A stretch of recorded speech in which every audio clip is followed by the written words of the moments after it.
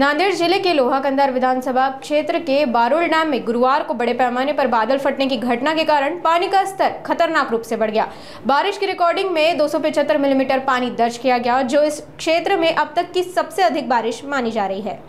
Barul dam से 1,11,775 semi का पानी विसर्ग जारी किया गया। भारी बारिश और विसर्ग के कारण नाले उफान पर है और कई गांवों में पानी भर गया, जिससे आवागमन बाधित हुआ। मौसम विभाग ने रेड अलर्ट जारी किया है और लोगों से घरों से बाहर न निकलने का आग्रह किया है। प्रभावित नागरिकों को सुरक्षित स्थानों पर स्थानांतरित किया गया है।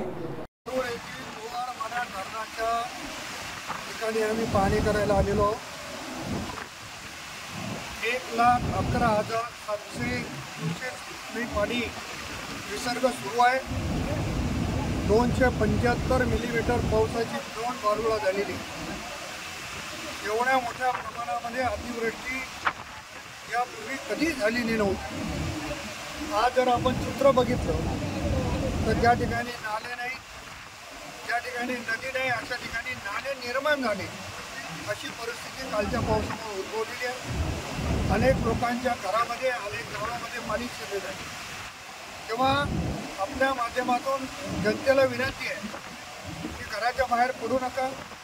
हवामान खात्याने आणखी रेड अलर्ट दिलेला आहे, त्यामुळं धोक्याची परिस्थिती आहे असं समजून आपण सुरक्षित ठिकाणी राहावं।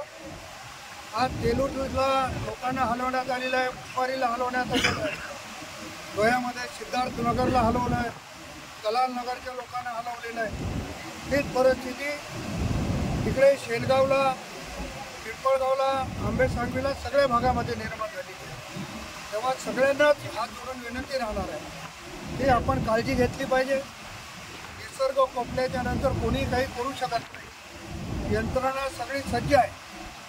मान्य जिल्हाधिकारी महोदय, मान्य तहसीलदार, पोलीस यंत्रणा, जलसंपदा विभागाची यंत्रणा सगळी सक्षम आहे, परंतु निसर्गाच्या पुढे कोणी काही करू शकत नाही।